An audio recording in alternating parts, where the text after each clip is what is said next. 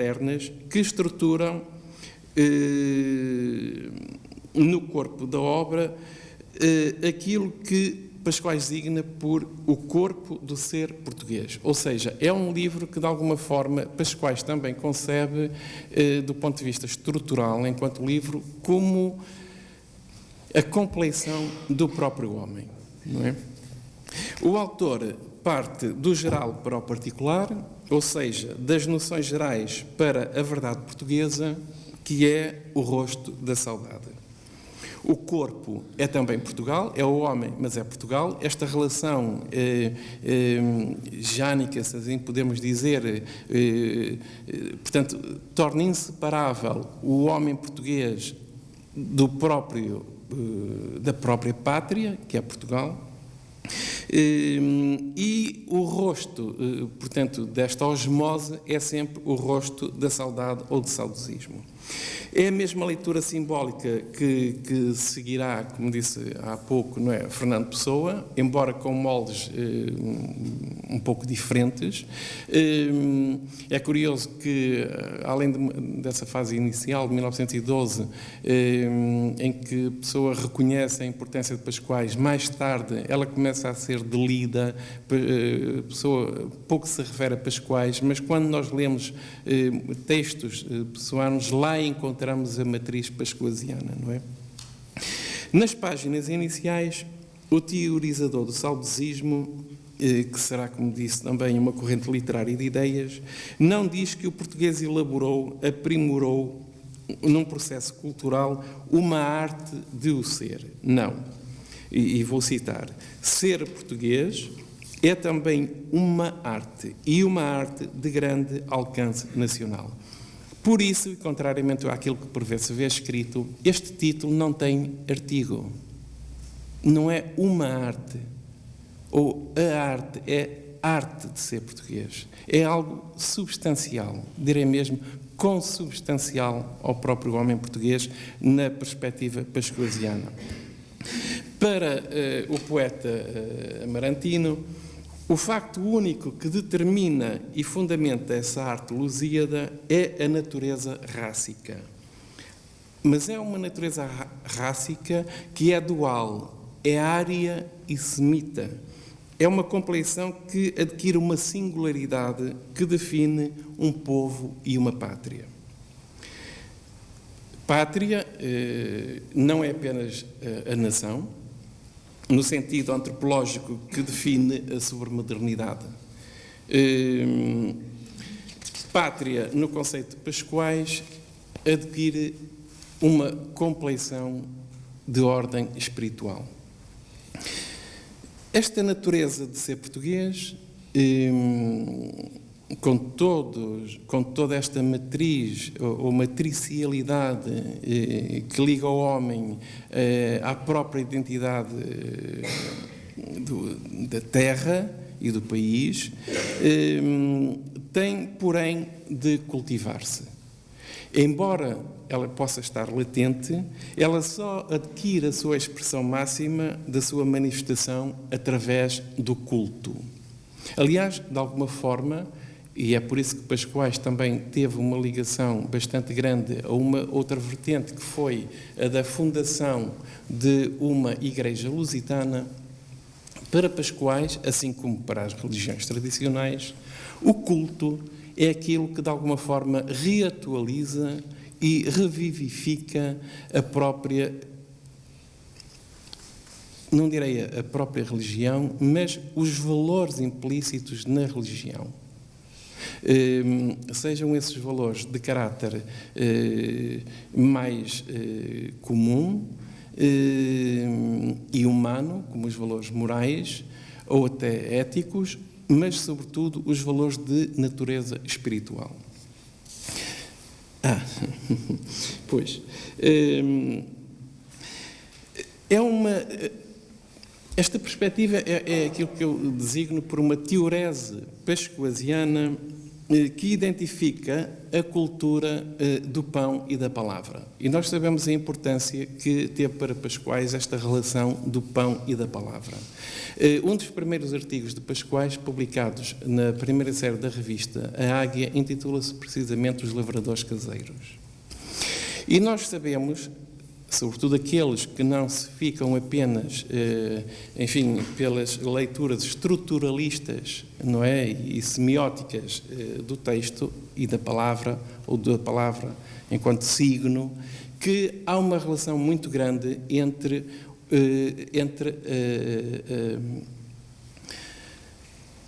aquilo que se expressa pela palavra, fruto de algo que se apreendeu, e aquilo que é o cultivo da terra e a alimentação. É algo que também José Teixeira Rego vem a estudar mais tarde, mas que eu sobre isso não falarei agora. Para Pascoais, esta relação com a terra e esta relação com a cultura popular é fundamental para se apreender toda esta dimensão antropológica, numa base primeira, depois cultural e literária, e, portanto, esta gradação vai subindo, até a um patamar superior que será de ordem espiritual, onde se situa, de facto, o saudosismo e o criacionismo de Leonardo Coimbra. Como talvez se lembrem, não é? Leonardo Coimbra tem uma frase lapidar, que continua hoje muito válida: o homem não é...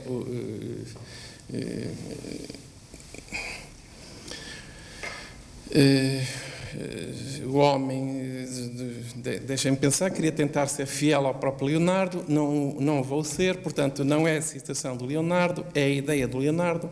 O homem, de facto, não nasceu no mundo criado, para estar no mundo criado, mas deve ser o obreiro de um mundo a fazer, não é? E esta ideia, este sentido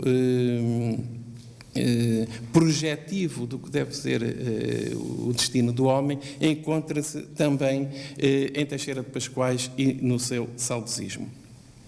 Para abreviar, e porque o Dr. José Val é implacável, direi o seguinte: a estrutura deste livro, portanto, aponta para 3 núcleos fundamentais da constituição da sociedade portuguesa, que é a família rural, a família urbana e a família operosa. Gostaria de ler aqui passagens para exemplificar melhor, mas não vou poder.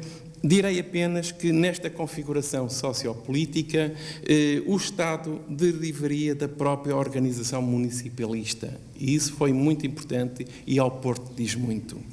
Uma espécie de cortes, isto diz Pascoais, com decisão municipal sobre o seu próprio governo. Não se trata aqui de qualquer regionalização, longe disso, mas, na ideia de Pascoais, nenhuma decisão administrativa ou de simples poder económico serve aos interesses nacionais, isto é, aos interesses do povo e da pátria. Não preciso falar muito sobre isso, sabem, enfim, o que se passa nos dias de hoje relativamente à soberania nacional, às nossas dependências do ponto de vista financeiro, que não o é só, como sabem. O conhecimento, que não é simples memória para Pascoais, e vou acabar dentro de 2 minutos, da história e da realidade portuguesa formada ao longo dos séculos, é essencial para o homem, implicitamente patriota, alicerçar o seu nome e a sua vivência social em comunidade de fins.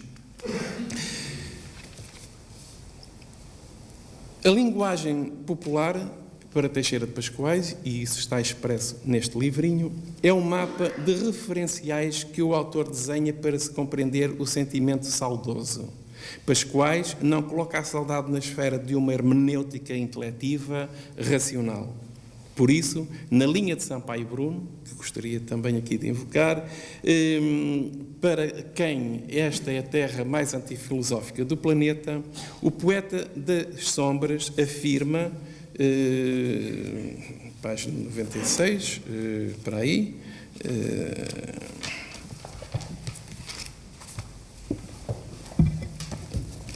Acaba. Para não estar...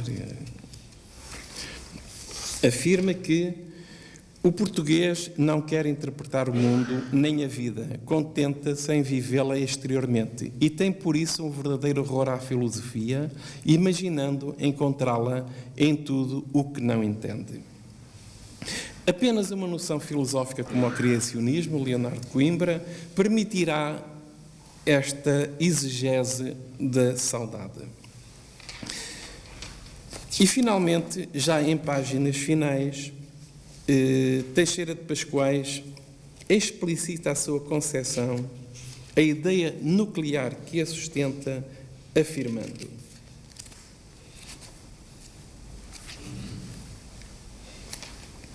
eu chamei saudosismo ao culto da alma-pátria ou da saudade erigida em pessoa divina e orientadora da nossa atividade literária, artística, religiosa, filosófica e mesmo social.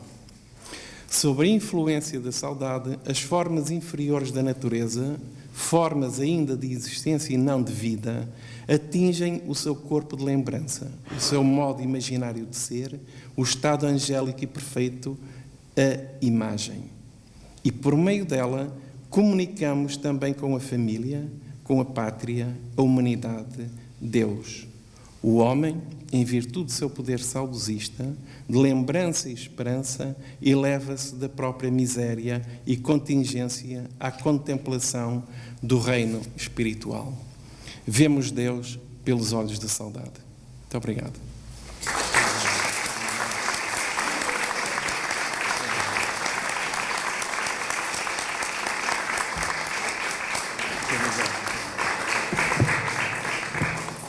Muito obrigado, Dr. Paulo Samuel, por esta luminosa edição.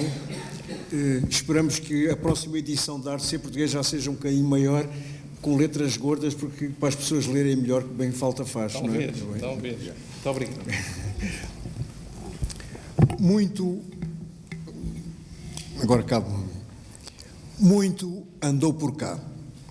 A família tinha casa aqui na Gomes da Costa. A cada passo, os familiares passavam temporadas. Sua mãe e os irmãos acompanhavam-no, especialmente sua irmã Maria da Glória Teixeira de Vasconcelos, que evocou num luminoso livro, Olhando para Trás Vejo Pascoais, muitas memórias dessas estadias. Nas suas páginas vamos encontrar várias cartas de Pascoais datadas da Foz, abordando diversos assuntos, dando testemunho inequívoco da sua presença, como que declamando este lugar como o berço de outras tantas iniciativas. Já tinha sido daqui que Teixeira de Pascoais escrevera uma célebre carta a Miguel de Unamuno em 1 de março de 1911, inserida posteriormente no Epistolário Ibérico há alguns anos publicado e que reúne a correspondência entre os dois grandes homens da cultura peninsular e europeia. Raul Brandão, aqui nado e criado, quando grande amigo que foi do nosso autor hoje homenageado, numa amizade e convívio que durou anos e anos, foi intenso. E está bem documentado em muitas páginas, como por exemplo na correspondência trocada e já publicada entre os dois escritores. O convívio desenvolvia-se, aqui teve esse convívio berço e alento, como se escreveu na nota que foi distribuída previamente, como em Guimarães, desenvolveu-se tanto em Guimarães, na Casa do Alto, de Brandão, como em São João de Gatão, na Casa de Pascoais, como em Lisboa, naturalmente. Há uma expressiva foto dos dois em Terras de Amarante, como alguns certamente conhecerão. Desse relacionamento nasceria essa obra emblemática que é a peça de teatro Jesus Cristo em Lisboa, que tanta celeuma na altura levantou. Não nos demoraremos a falar dela, mas da peça nos serviremos para dar passagem a uma porta que temos fisgada. Qual é? A professora doutora Maria João Reinaud, grande especialista da obra brandoniana, como se sabe, acertou, iluminadamente, tratar-se de verdadeiro teatro cinematográfico, como uma estrutura que se declama como uma verdadeira fita de cinema, como uma articulação de imagens que se configura própria de um filme. É aqui que desejávamos chegar. Porque nos acercamos da nova porta que queremos abrir. Pascoais, autor de quem podemos dizer ser um autor de cinema. Melhor, ou pelo menos, passível de ser autor para cinema. Cá estamos onde procurávamos entrar. Pascoais, a Foz e... foi o título que demos a este breve discurso. Pois vamos às reticências misteriosas e completemos a nomeação. Pascoais, a Foz e Manuel de Oliveira. Pois é, o último filme, recentissimamente estreado ainda em vida em setembro em setembro do ano passado, do ano que há pouco findou, no Festival de Veneza, e em Portugal, em dezembro, foi O Velho do Restelo. Em quem se inspirou Manuel de Oliveira? Em Teixeira de Pascoais. Em alguma obra em especial? No Penitente, onde o poeta e pensador da arte de ser português levanta uma biografia de Camilo Castelo Branco, mas oferece-nos, sobretudo, a partir de Camilo, uma longa meditação sobre o destino e a identidade, fundada na vida e obra do grande torturado de Seide. Manuel de Oliveira traz-nos aqui para a Foz. Foi aqui mesmo que o filme foi rodado, perto de sua casa. Camões, Dom Quixote, Pascoais e Camilo.